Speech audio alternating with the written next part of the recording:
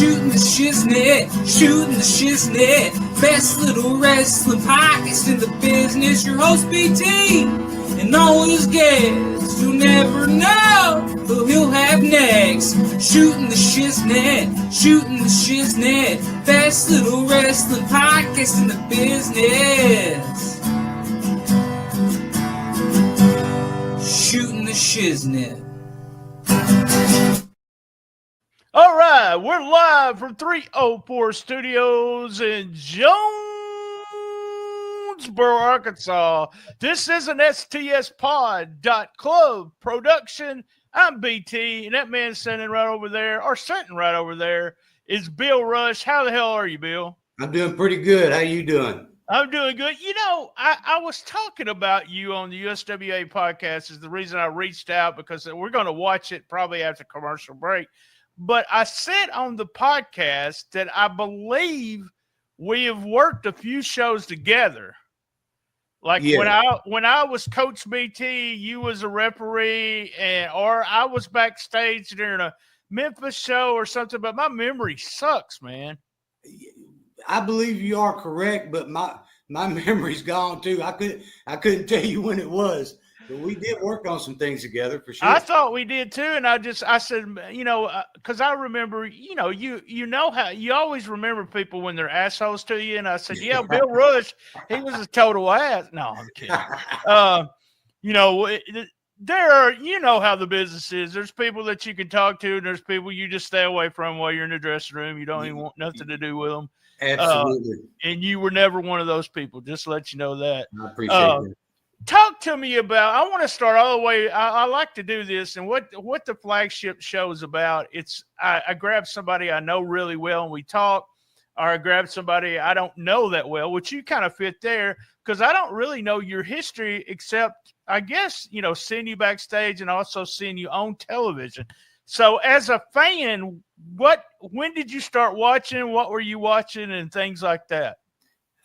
As a fan, I would probably say I could go all the way back to around 1975, 76. I mean, it was Saturday morning wrestling. I mean, my whole family, we sat around and watched it.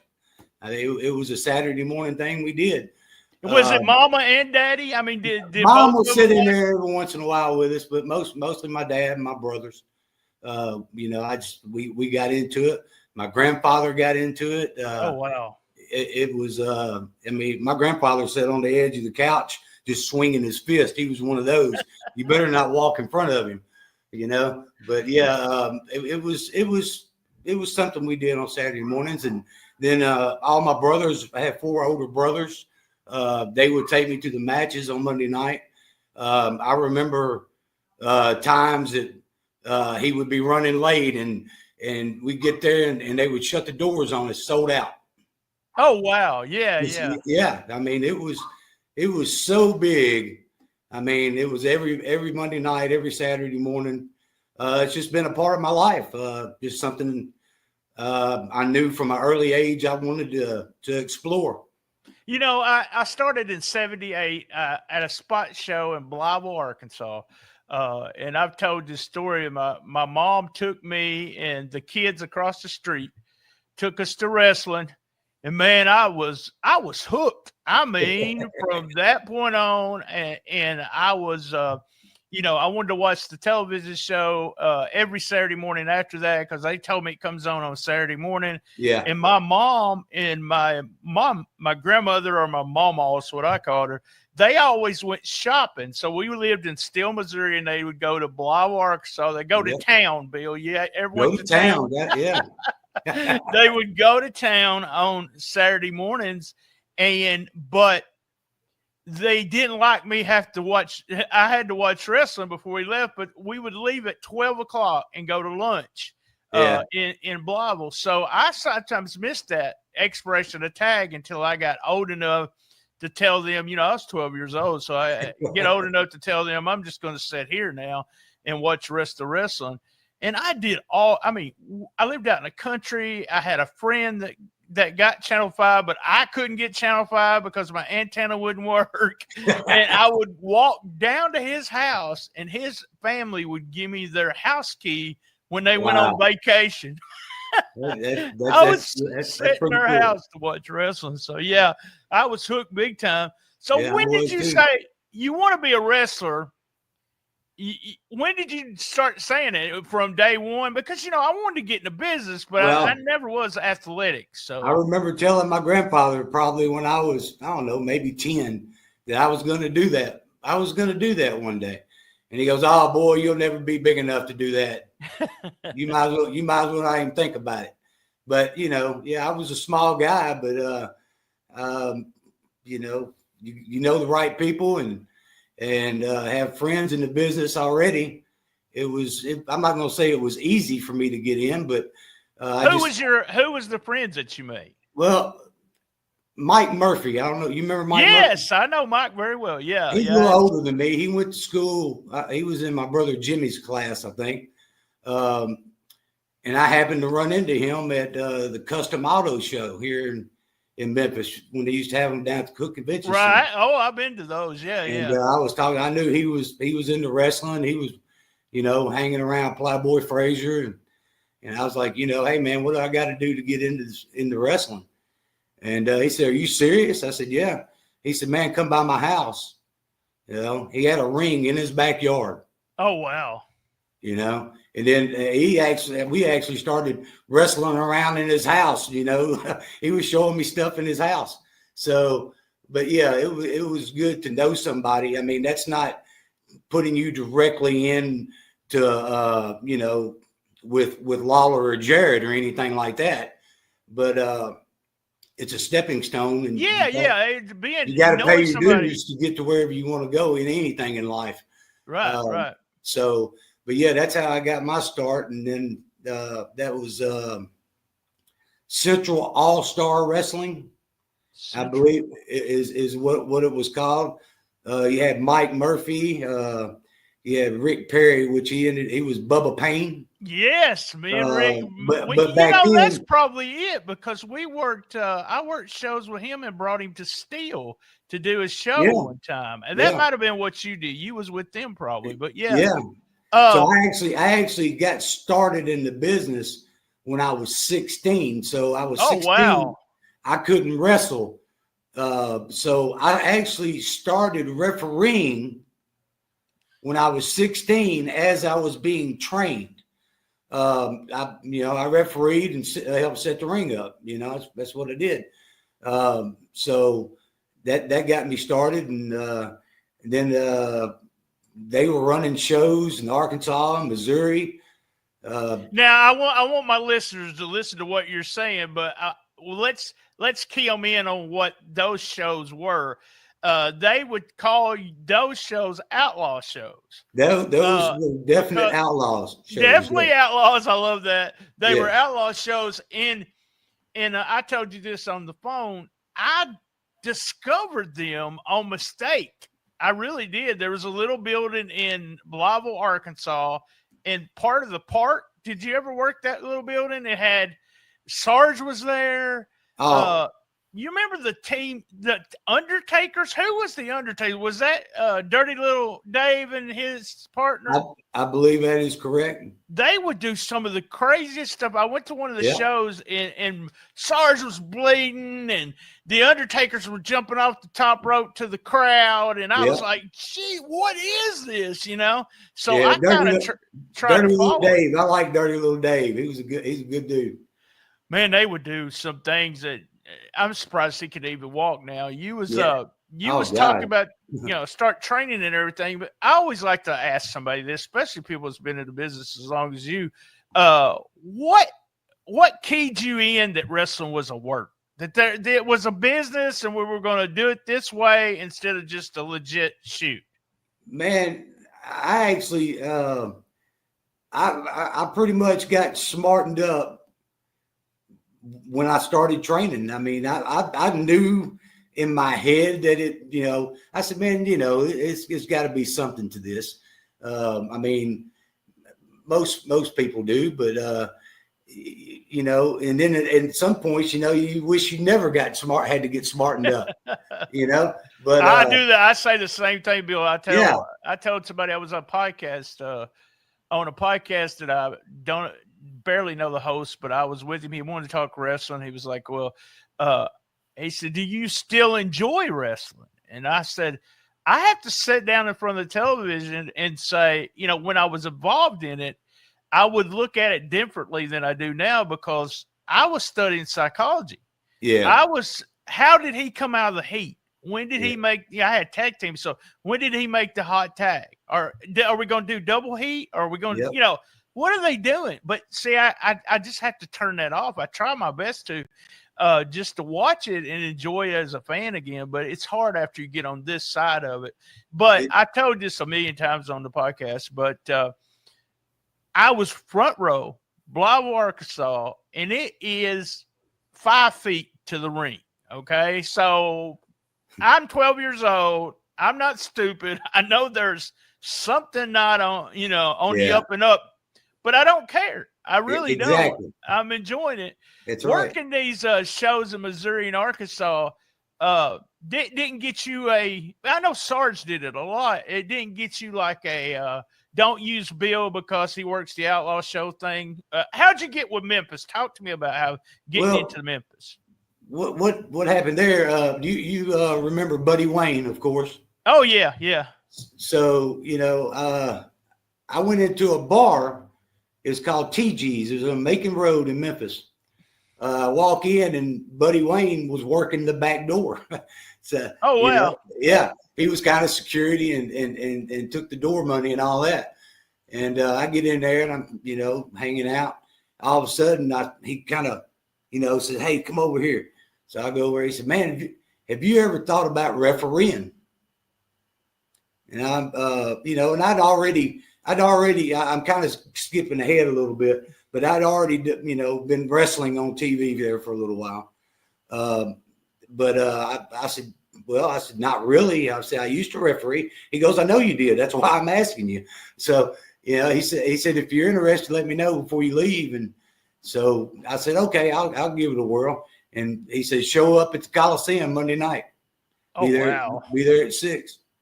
And I was now, like, had you worked as a wrestler, you worked some TV, you said, but had you worked at the Mid-South Coliseum before as a wrestler? No, I only actually got to wrestle in the Coliseum one time. Oh, wow. Yeah. And that was the USWA against versus Smoky Mountain. I know. I got a question about that. But yeah, that's I knew you was involved in all of that. Yeah, I got to work Mark Curtis that night. He's a super guy. Mark Curtis was a friend of mine. Yes, yeah, he was a friend of mine. He was a real nice guy. I was in Philadelphia one night. I wrestled on a Friday night. I actually wrestled. It was horrible, the match was. And Mark pulled me to the side and he said, man, he said, how many matches you had? And I said, I ain't had that many matches. Well, I can tell it. And so, yeah, he was so sweet, though. He was just a nice guy. And he said, I tell you what, and he didn't know, but my dad was sick. So I ended up having to get on a plane for Philly and go home after that Friday night and get a new flight. Yeah. And, but he had planned the whole match. I was going to wrestle him in a turtle suit. Yeah. He was going to be a Ninja Turtle. And he said, look, man, I'll get a good match out of you. You stand in the middle of the ring. You just do what I tell you to do. I was so excited, but we become friends after we went to Smoky Mountain. I talked to him a couple times. And it was just one of those things, man. He's here one day, and then you hear he's sick, and then the next day he's gone. I mean, Mark was a really good guy. One of those Bobby Eatons in the professional wrestling. Yeah, super nice. I mean, just right from the very start. Okay, so you watch these guys on television, the Jerry Lawlers, the Bill Dundees, so forth, and you walk in TV5 to start wrestling. Was it a mark out moment, or did you just go, okay, I got to settle down here. I'm just going to do my job kind of thing? Man, it kind of was. I would say that the reason I wanted to get into wrestling was Jerry Lawler. I think the majority, I told a story that all of us did. Jerry Lawler, Bill Dundee, Handsome Jimmy Valiant. When we were on the playground, we didn't play superhero. We didn't play baseball. We played wrestling. When they made us stop wrestling each other because we were hurting each other. Yeah. But Jerry he's always been my favorite. And it was very cool to actually, meet him for the first time and then, get to start working for him. Hell, I worked for him for many years, not just doing the TV and Coliseum, many shows that he had on the side, you might say, fundraisers for fire departments, casinos, stuff like casinos, that. Hundreds of shows, just, all kinds of stuff.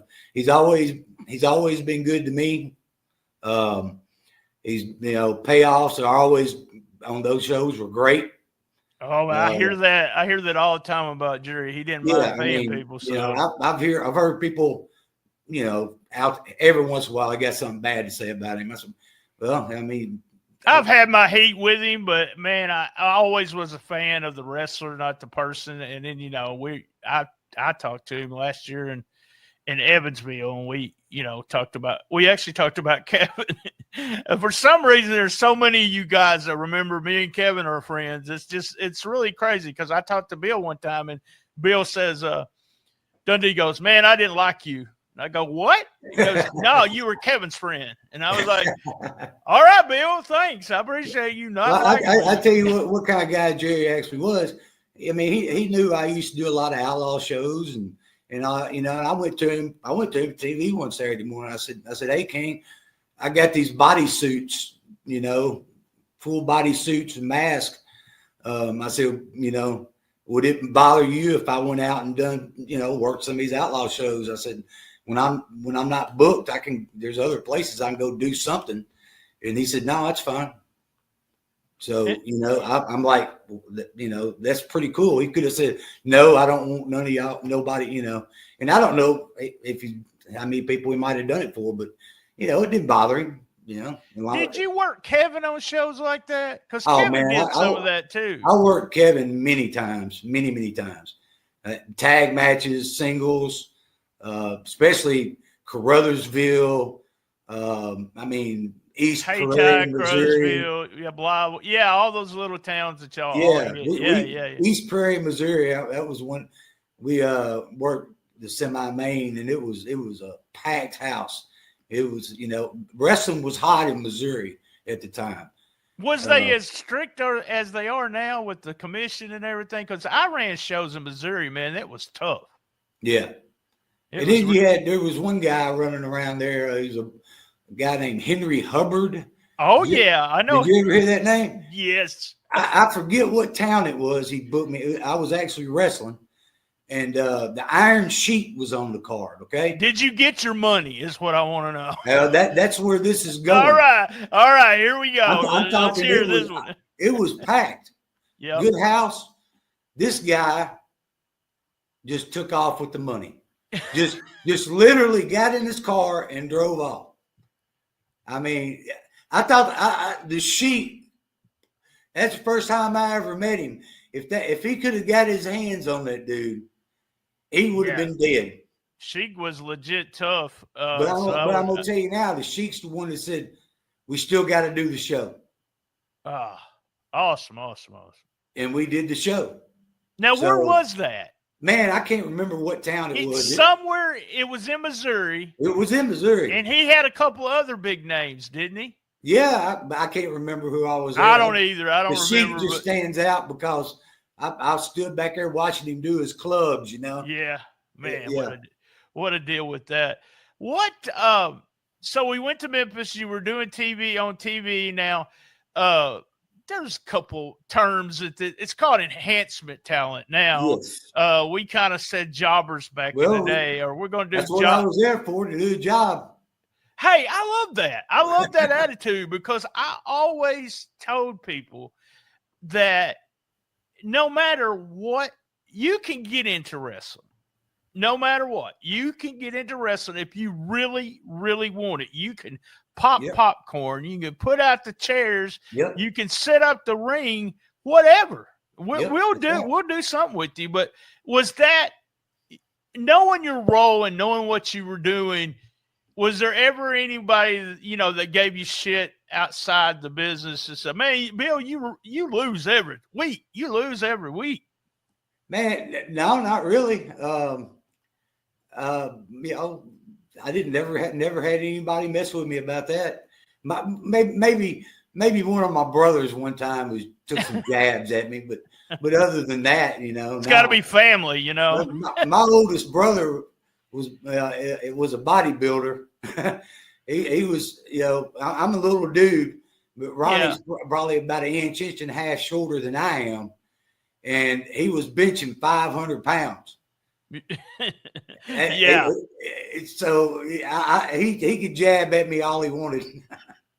Amen. But Sarge has had a really good attitude about that too. He did so many. One of the first times that I ever worked TV, he and I were tag team partners.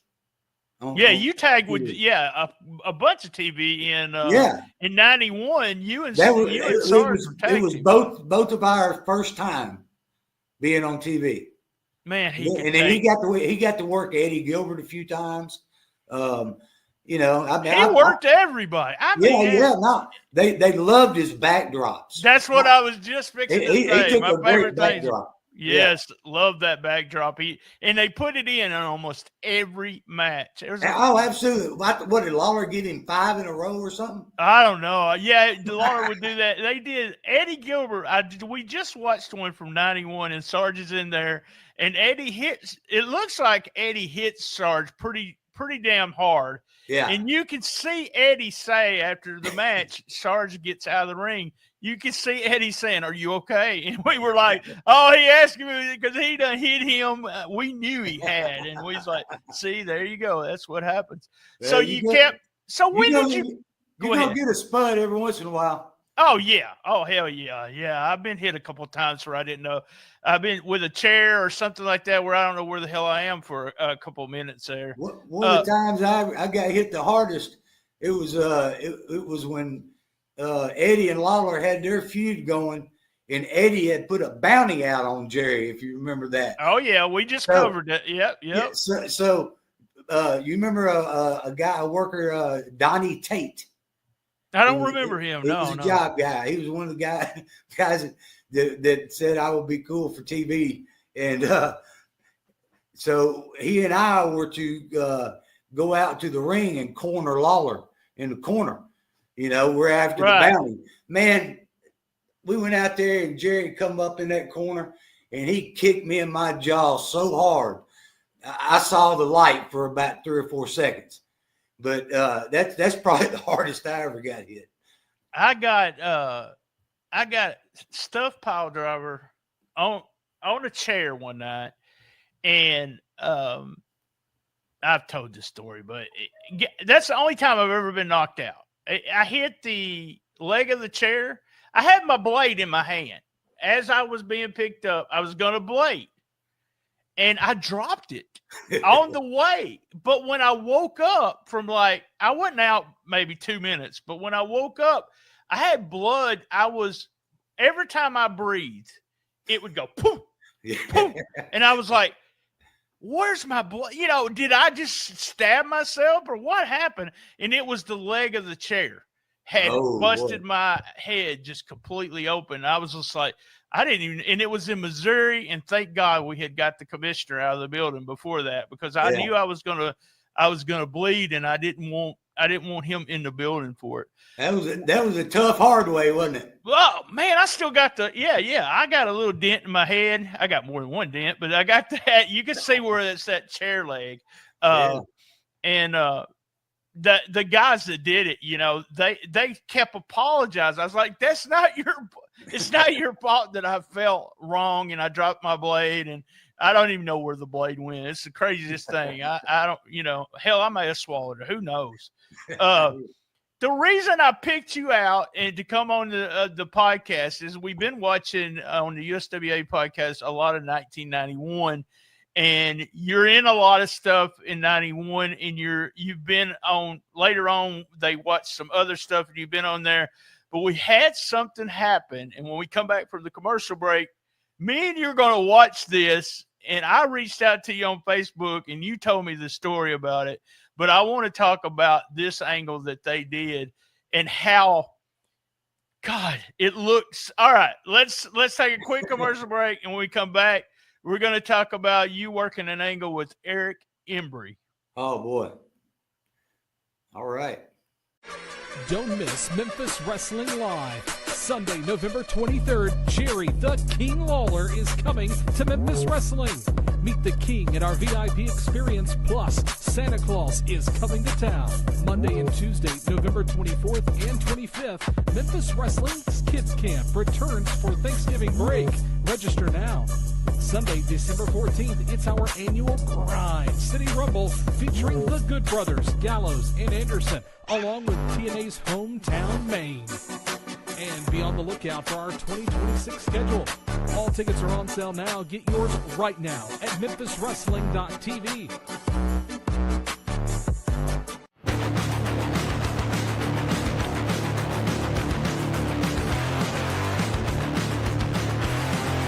Wrestling fans, are you ready? Every Friday night in Osceola, Arkansas, MCW, the legacy continues. Live, hard-hitting, family-friendly wrestling action every Friday night at the MCW Arena, located at 1098 West Kaiser. Doors open at 6:30 and the action starts at 8 p.m. sharp. Don't miss your chance to see the stars of MCW battling out in the ring, rivals, drama, and slam-packed action.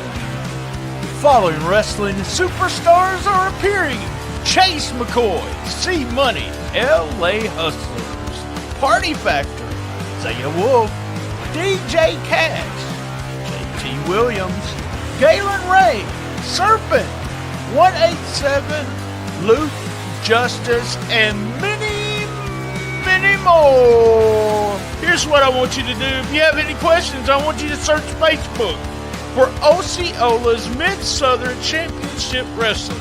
All ticket information, how to get your ticket, what time the show starts, everything right there on Facebook. All tickets are on sale right now. Be there!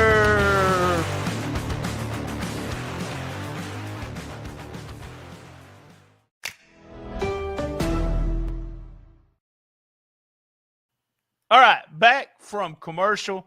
I want to watch this, and then me and you can set it up with me. You go back in time and just tell me how they talked to you about it and so forth and so on. So, but let's watch it first. I'll try to get the sound muted. Young kid here gives away lots of weight to either of them. Well, it's not. Yeah, it's not that. You got Tom Pritchard and Eric Embry. If you're not watching the video and you're only watching the audio, this angle. I see it. There we go. Oh man! I actually said you died. I said, well, Bill's dead. That was the craziest bump I ever took right there.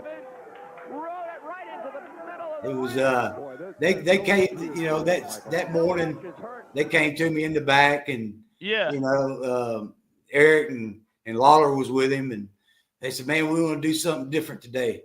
You know, and I was like, you know what? And they said, we'll give you a pile driver off the second rope. And I thought about it. And I said, okay. Oh, shit. Yeah, I would have said, okay. And then I would have got my stub and I would have went home. Man, I mean, yeah, it was scary thinking about it. It was, you know, I'm not going to say I wasn't a little worried. But Eric assured me that he would take care of me. I mean, I'd never had any problems with him. He's always been super nice to me, and I had no reason to doubt his ability. He's a great worker. I mean, you know, him and Tom Pritchard both. I mean, oh man, you know, stuff happens. Anything could happen. And sure, but I mean, they're telling you they're pile driving you off the top rope. Tom, you know, I mean, Tom had a lot to do with that too on the setup. We talked about that because, Embry promised he was going to pile drive Lawler from the top of the cage. And And we was like, man, if he does that, good God. But, they kept doing that. They did it to the next guy the next week. And then they did it to John Gillum. Yeah, they did it to Ty Johnson. Yes, to Ty Johnson. Yeah, man, I thought that one looked phenomenal. Ty was a good little worker. But where was he from? Because man, to be honest with you, I'm not sure where he was from. I worked on many cards with him. Back, when I got started. I think he got started right around the same time I did. I had seen him on a lot of outlaw shows. Yeah. He had, he had tights and boots, and that was one of those things that, and I know people are thinking outlaw shows that people are showing up like backyarders or something. That's not what happens. No, man. They have if you don't have boots, you don't have tights and stuff. Even the outlaw shows didn't want you working for them. Yeah. So Embry comes to you, says, "I'm gonna do it." Man, just a tremendous bump on your part. Sold it perfect. You're laying there, TV. It feels like forever. You're on you're waiting, and then Lawler does that interview. Lawler is just so pissed that Embry did that to you. It's like, well, man, he got pissed about. What if he did it to somebody he knew? He didn't even know Bill, but he got pissed about it. But then they do it to when Jerry leaves for those few weeks. They do it to John Gillum, who is Eddie Gilbert's best friend. And one of Eddie's best friends. Gillum takes it good too. Yeah. And, but that really fueled the heat for Embry. So you said you didn't have any problem with Embry. Why do you think? Because some guys talk about Embry, during this run, because he was booking, Jarrett called him in and said, "Look, I want you to start booking Memphis," which is odd because we usually have a Jerry Lawler, Bonadi, or Jerry Jarrett. Yeah. But they had USWA in Texas, and Embry's booking.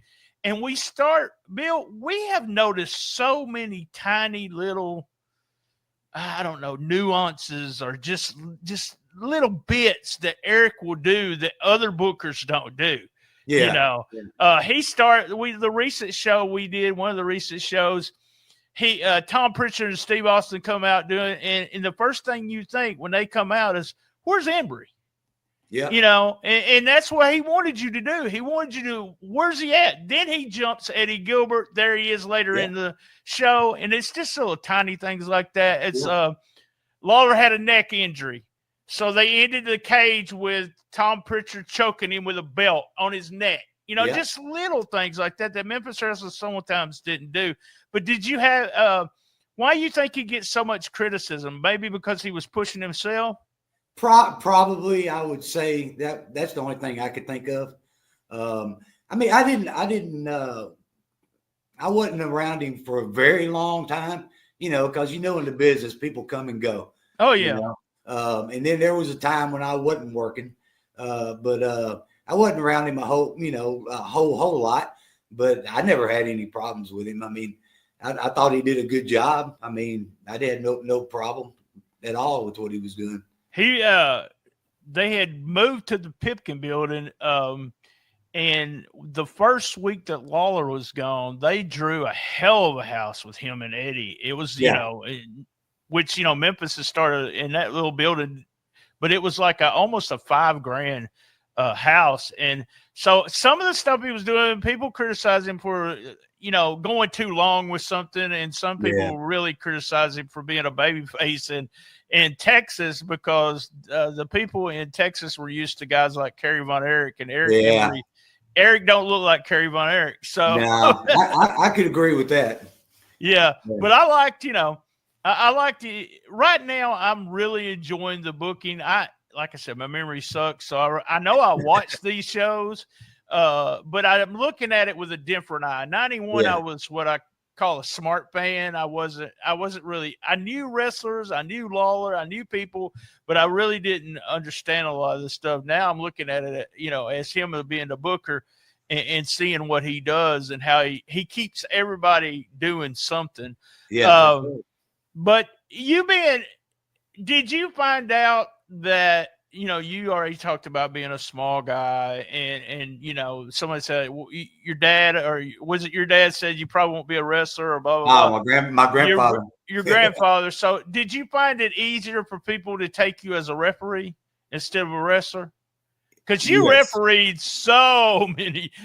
I know you don't know the number, but man, there's no telling how many. No telling. But yeah, it was much easier, being a referee as far as that goes.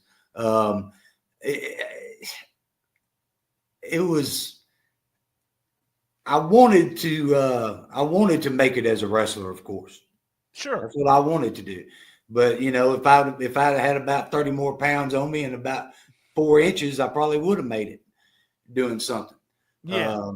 But it is what it is. But I had a pretty good career. I was able to work for the person that I wanted to get into business for. I mean, how many people, probably, can say that? Not a whole lot.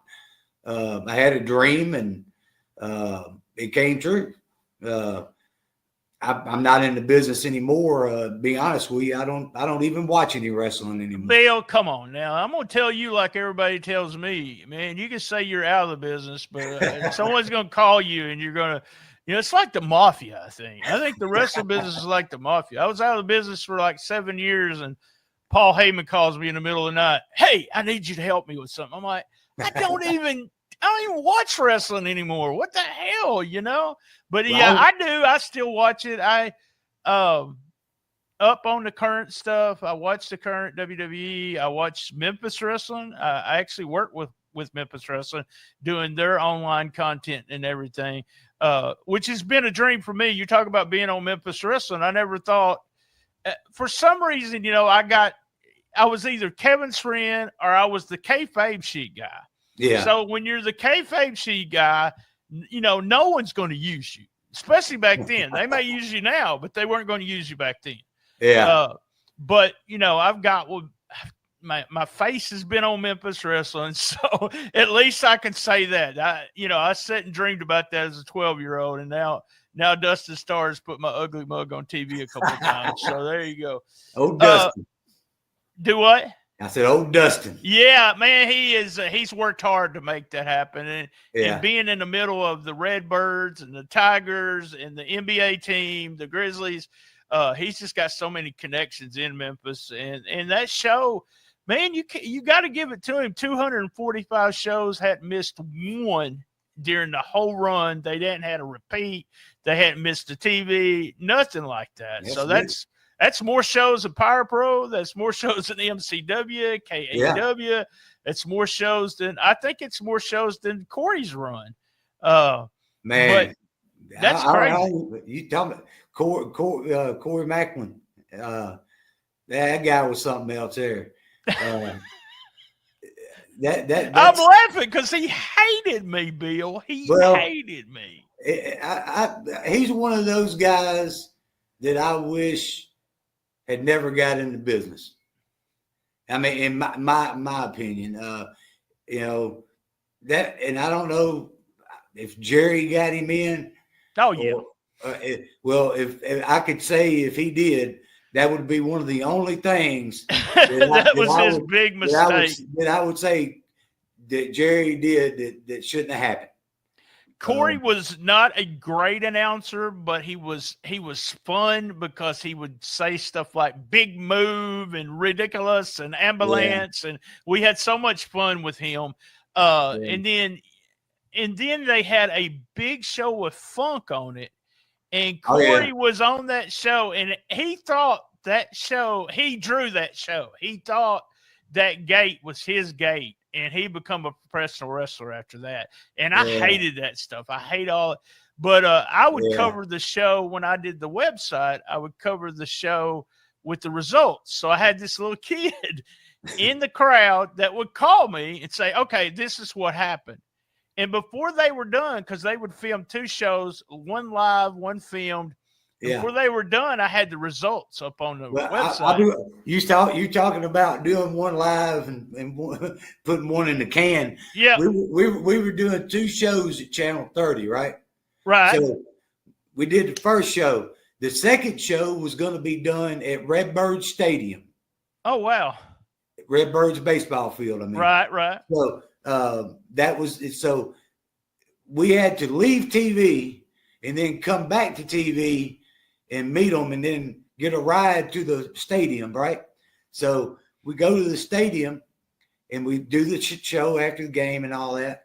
And we're getting ready to leave or whatever. And Corey walks in the dressing room and is like, hey guys, I appreciate it, all this, And he starts to walk out. And Del Rio steps in front of the door. Oh. He goes, "Hey man, where you going?" He goes, "I'm going home." He said, "You got our payoff?" And Corey looked at him like he had 2 heads. "What do you mean payoff?"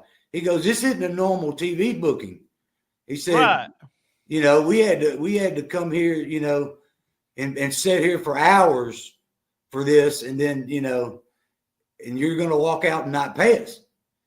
So I'll give Del Rio's props for that right there. He got us paid for that night. He was actually going to just leave us high and dry because every one of us could have been booked somewhere else at night. Sure, that's what it's about. On Memphis Wrestling, it was, and tell me if I'm wrong, but it's the same thing these days, is you go, you do TV taping, you get your exposure on television. Yeah. But your payoff is that you're going to hit these spot shows for them. Yeah. And that's where the money comes in. Well, he got paid for that show. You know what I'm saying? Sure. Hell yeah. That was a paid show. So, he got a hell of a payday right there. Yeah. So that's, I was just going right there. That's the kind of guy he was as far as I'm concerned. I didn't have a lot of dealings with him, but the dealings I had with him, he was not happy with me, and it was funny because, I'm reporting on my website. It's a dirt sheet on the web. It's not, it's not for the marks. It was for everybody. Yeah. It was the guys in the business. That's who was reading my website. So, it wasn't like I was really spoiling anything. I want to say something. I want to go back, and then I'm going to ask you about other guys that you wrestled. But you were talking about being a referee, and you see this still on television. Sometimes the refs will miss the count. Were you always like 1, 2, 3, and then if they didn't raise their arm, did you count them out on those shows? Hell yeah! If you don't get it up, the hammer's coming down. You're not going to make me look like a fool. Did you ever do it and it was really bad? Like they said, "Hey, Bill, you should have went ahead and let them work or whatever." Or they had a finish planned out that you screwed up for doing that? I have never. No, it's only happened. I can't even remember who it was. It may have happened a couple of times, but I never got scolded for it because I said the shoulder was down. They didn't get it up. I was always trained that way. Anybody I ever helped become a referee, I always told them, I told all my workers, it is your job to pull your arm up. It's not the referee should be treating that match as a shoot. Yeah. And if he's treating it as a shoot, your shoulder's down, he's got to do 1, 2, 3. I see it on television, what the big time with WWE sometimes. And I know there's more money up there than it is in Crowsville, Missouri on a show, but it really is one of those things that makes everybody look bad. So it is.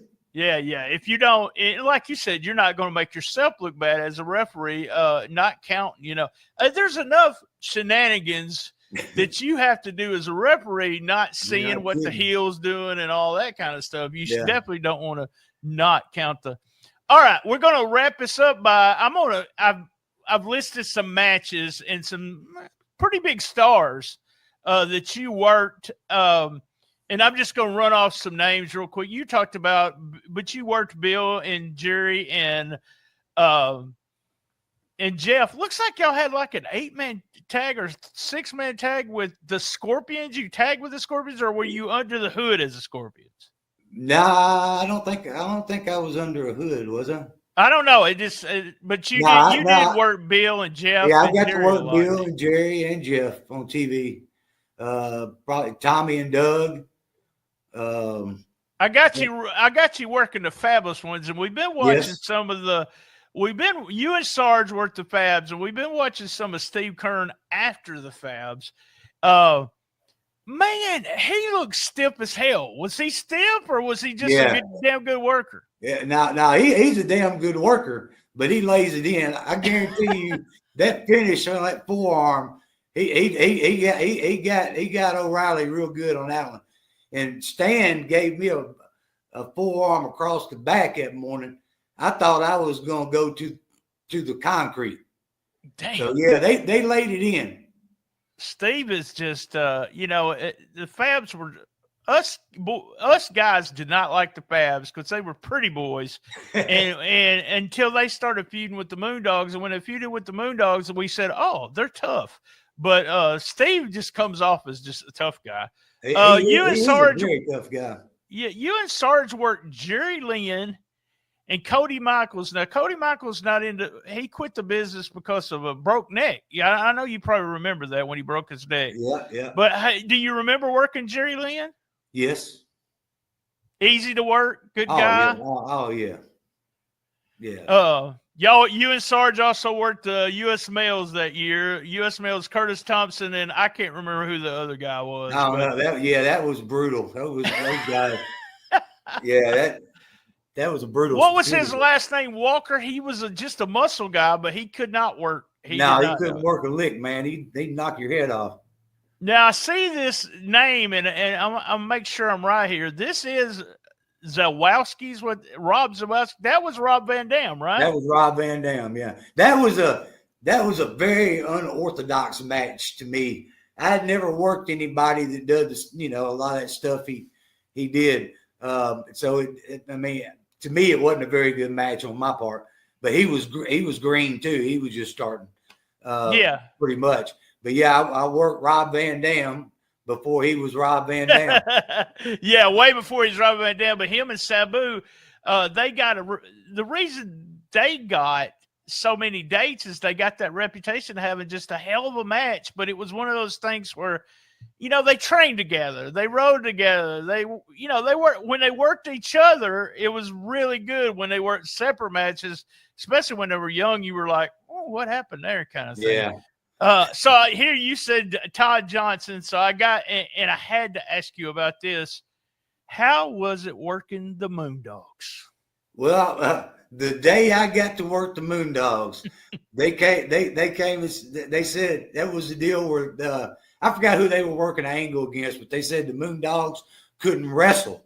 So Richard Lee said, "My dogs are going to wrestle today." So oh wow, I got lucky right there, and they actually wrestled and did not use any gimmicks. No gimmicks. Wow. But it was Cujo and Spot. It was Lanny King. That was when Larry had left them. It was Lanny. It was Lanny King and Larry Booker. Oh, Larry was okay. Yeah. And that was Spot. Yeah, that's right. Yeah. Yeah, Lanny was a real good guy. He used to stay with me when he was in town. He would stay at my apartment.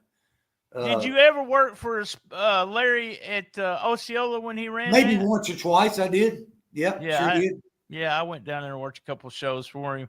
Worked with him in Dyersburg a little bit, but kind of stayed. He was a super nice guy, but I just didn't want a chair or anything. But I did work the Moondogs one time. It was somewhere, maybe in Missouri or somewhere. It was a Butch Reed show. Oh, yeah, I remember that show. It was his show, and the guys that they were going to work didn't show up, so they threw me and Kevin under hoods, and we had to work them. So I had to take some gimmicks that day. It wasn't too bad. I've told this story, but Larry, we was in Dyersburg one night, and Larry pulled me to the side. And he said, "Coach, here's what I want you to do." He says, "My son is in the front row, and I want you to grab him out of the front row, and I want you to whip him with a belt." And I'm not a dumbass, Bill. I know what's fixing to happen. So I'm not a dumbass. I go, you want me to beat your child with a – I want you to lay it in, Coach. I want you to lay it in. Anything for the business, baby. So I turn around, and I walk up to my guys, and I said, I'm fixing to do something. I'm going to be stupid about. I said, I'm not going to be stupid for doing it, but I know what the aftermath is. So I turn around, I go back to Larry, and I caught him spot most of the time, but it was like I had to go man-to-man with him, and I said, look, Larry, so my guys are not going to want to do this because I know what this is leading to. You're going to have a leather strap match in a couple of weeks with my boys. We have shoe jobs. This is we're weekend warriors. We'll admit it. You know, we were tag champs over there. And I said, we're tag champs. It ain't no big deal. I understand what all this is. I said, I just can't do that, Larry. He goes, okay. So, I mean, he didn't make a big deal about it or anything. And then the next week they had us loser leave town. Coach BT and his team had to leave town and lost the tag team belts from Naughty by Nature. And I was like, yeah, that's what happens when you say no to somebody like that. So, yeah, I just couldn't do it, man. I was like, oh, I'm going to get my ass beat. PG-13, what was your thoughts on them? You worked in. Oh, man, I love both of those guys. I still love them till this day. I was glad to see. I went to that thing in Jackson, the Hall of Fame. I got to see them there. But, yeah, I had a lot of fun with those guys. We had some good matches, and then I ended up refereeing many of their matches. Traveled a little bit with Jamie. Oh, God, I'm sorry. Oh, man, we had a blast, dude. I bet. We watched these two guys. Now, we watched it last season we did that year where they debuted, the PG-13 debut, and they were good from day one. And I know, you know, Jamie was part of the business and in the business his whole life. But especially even in 91, his promos are so good. He just makes you believe what he is saying and what he's doing. And then their team was so good. And we kept saying, why aren't they pushing them? Why aren't they pushing them? And then I talked to Whoopi and he said, we had car trouble. Yeah. And I was like, what? I was glad to see them, I mean, in the business because at the time, you know, they were more my size. They were, yeah. They actually, I mean, when I got to work them, I actually got to work, you know, they let me work. They trusted me and, you know, what I could do. So yeah, they were good friends. They still are. You know, that deal in Jackson, you know, I was talking to Wolfie on Facebook and he was like, well, how come we don't ever see you at none of these events? And my exact words were, I don't get any invites. Right. You know? So the next thing I know, I'm going to this thing. Kevin did my little picture and all that stuff. But you know, it was weird getting back around some of the guys because a lot of them's done got pretty old. Hey, Bill, come on, don't be saying that. Well, no, I mean, Bill, you know, he kind of nodded at me and, you know, Bill didn't know who I was the first time I seen him in Episde, but the second time during that day, he actually knew who I was. But yeah. Bill's not in perfect shape. When Jerry's not real great shape neither, but he's still making all these dates. He's making all those appearances, but I don't know. You know, I watched him, you know, sign an autograph. It was that was rough, man, to see. Yeah, I did too in Episde. It was rough to see that. But you know, hey, all we can say is we're all still on the right side of the dirt right now. Yeah, well, you know, Jerry said that in the dressing room one night. I told this on USWA podcast in Tuckerman. We were in Tuckerman, and they were like, "Why are you still doing this?" And he was like, "What else am I going to do?" You know, kind of thing. It's been his life. Yes, that's all he's done on Saturday nights or you know, during the week, whatever. All right, you said you worked Doug and Eddie. Good, easy to work. Oh yeah, man. I got one story about Doug. All right. I was working him on TV, and you know the finish, the Brain Buster. Right. He used to do the Brain Buster. Well, that was a finish, and he got me up, but he did it so fast, I didn't have time to extend my legs. It was like down, and that was it. Well, my knee came down and got him right in the nose. Oh man. I'm pretty sure I broke Doug Gilbert's nose that morning.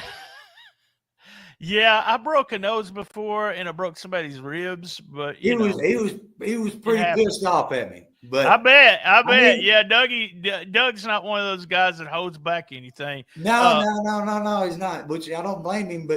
But I kind of, I mean, like I said, it went so fast. It was like no set time. It was just boom, and there it was. I've said this lately that, I went back and watched, we watched a lot of Doug Gilbert stuff, and, I was always a fan of Eddie's and Tommy. I was a fan of Tommy Gilbert. I love Tommy Gilbert's promos because they were so, you believed everything coming out of his mouth. But I think I underrated Doug, Bill. I think I said Doug's not a good worker. Doug's just Eddie's brother. But after you go back and watch it, he knew what he was doing. He knew when to do everything, and everything looked solid. But I think he got a bad reputation of just getting pushes because of Eddie. But he was a hard worker, and he did. I thought Doug was a good worker. Doug, he definitely paid his dues. I mean, he's in a wrestling family. And then he went. He said 26 or 27 tours of Japan. Oh yeah, I think he loved Japan. That's crazy, man. Oh that yeah, I mean, I think he had a steady job with the state of Tennessee. So he's been real smart about it, and he's probably doing real good. But yeah, 27 tours of Japan. That's crazy. I think that's impressive. It's nutty because it's a long ass flight there and a long ass flight back. There's two matches. We got two people you worked. I'm gonna go ahead and wrap it up after we talk about these two people.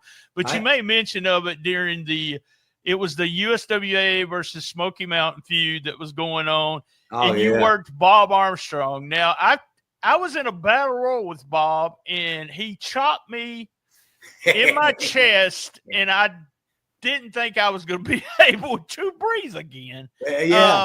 But how was it working, Bob? He was you worked him on TV. Yeah, it was great. He come to me. He said, "Man," he said, "you jumped me." He said, I want to feel like I got a buzz saw on my back." He said, "You better lay it in." He said, "You hit me as hard as you want to." Man, and his skin was like hitting leather. He was just tough. Yeah. But yeah, that's what he told me. And I got him there for a little while. And then Gene, the other referee, I can't remember Gene's last name, but he hooked my arms when I was getting over on Bob. And then Bob gave me the chop, brother. Yep, I watched it. I wore his handprint for 2 weeks. Oh man, it is something to feel. Let me just tell you, it is. He had a big hand too. Yes, I mean it wasn't a little hand. It was a big. Bob was a fireman. Yeah. So, he was a tough guy. A tough dude. Yep. You worked against. This is a Monday night. I don't know 96. I don't know if that's a Coliseum or what, but you're in the ring against who was a friend of mine, Scott Bowden. So what do you remember about working Scott? I worked Scott. That's what they said, that you worked Scott. You don't remember? Your memory's bad as mine. Man, it was all them party favors with Jamie Dundee. Man, that could have been a possibility. But I swear, Brian, I don't remember. Man, Scott was. I love Scott Bowden. Yeah, he was underrated, man. Yeah, man, Scott was a great guy, man. He was around, when Brian first got into business, and they were buddies, and They Yeah, did yeah. it at Kevin's told the story to me before. They had their own little league of wrestlers Yeah, in the neighborhood. yeah, they had like a little neighborhood thing, but them, Brian and Tony, when they got started in the business, that was back. I tell you, the Central All Star Wrestling in my beginning. That's where they came and filmed their match to take it to Jerry to show him that they could work. Oh, well, see, I've heard this story a million times, but I didn't know where it was actually. So, who did they work that night? I couldn't tell you. I couldn't tell you. It was at Porter Gym in Memphis. And did you ever work Brian and Tony? I don't think so. I don't think I ever worked Brian, Tony. They was a good team, and Brian so talented with everything. I had some kid ask me something, what tapes should I be watching or who should I be watching on YouTube? And I said, you don't even have to look at the moves. Just go look at where he puts everything, not the actual move, but what he does to go into the move, what he does outside the ring, what he does, He was just so talented. He was. All right, man, we're going to get off here. I want you to stick with me because we do a little extra Patreon bill. I appreciate it. Do you want to put over if you're listening to this and you're a wrestling fan and you're watching OUSWA with us, do you want to tell everybody about your Facebook? Because that's your shoot name, right? Yeah, my Facebook is Billy Rush. All right, Billy Rush. And that was a question I was going to ask, and I'll ask it on Patreon. Guys, thanks for joining us tonight, whenever we put this out.